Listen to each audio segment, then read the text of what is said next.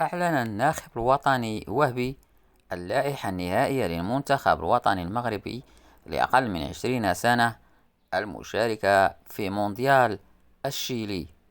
إليكم التشكيلة: في حراسة المرمى نجد بن شاوش وغوميز والمصباحي. في خط الدفاع كبداني، باعوف، كوتون، معمر، ماجني محمد طه، بختي والزهواني. في خط الوسط بيير نعيم، الحداد، صادق، خلفي ياسين وتاجوارت.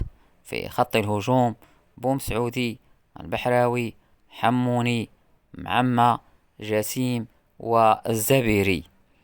وإليكم جدول مباريات المنتخب الوطني. ستجرى مقابلة المغرب ضد إسبانيا يوم الأحد 28 شتنبر 2025 على الساعة 11. وفي المقابلة الثانية ضد البرازيل ستجرى يوم الخميس 2 أكتوبر 2025 على الساعة 2 صباحا. والمقابلة الثالثة ضد المكسيك يوم السبت 4 أكتوبر 2025 على الساعة 11 مساء. وإليكم التشكيلة الآن بالصور. التشكيلة الكاملة: حراسة ودفاع وهجوم.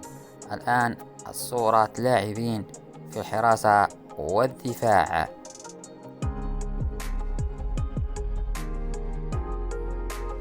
وهنا صور اللاعبين في الوسط والهجوم.